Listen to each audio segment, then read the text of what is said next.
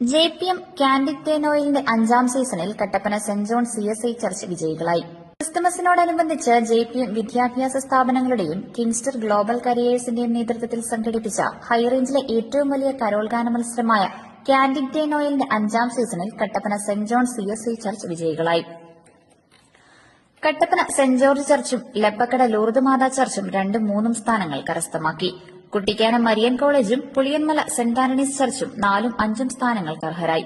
പ്രൌഢഗംഭീരമായ വേദിയിൽ 15ഓളം ടീമുകൾ പങ്കെടുത്തു. പ്രശസ്ത ചലച്ചിത്ര പിന്നണി ഗായകൻ ലിബിൻ സ്കറിയ മുഖ്യാതിഥിയും വിധികർത്താവുമായിരുന്നു. CST സഭയുടെ ആലുവ സെന്റ് ജോസഫ് പ്രൊവിൻസിന്റെ assistant provincial superior father Jose Thadathil പരിപാടി ഉദ്ഘാടനം ചെയ്തു.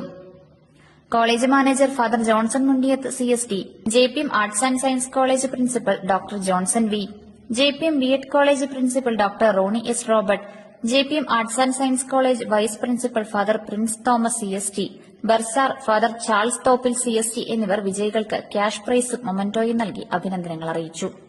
ജേതാക്കൾക്ക് യഥാക്രമം 25,000, 15,000, 10,000, 5,000, 4,000 രൂപയുടെ ക്യാഷ് പ്രൈസുകൾ നൽകി.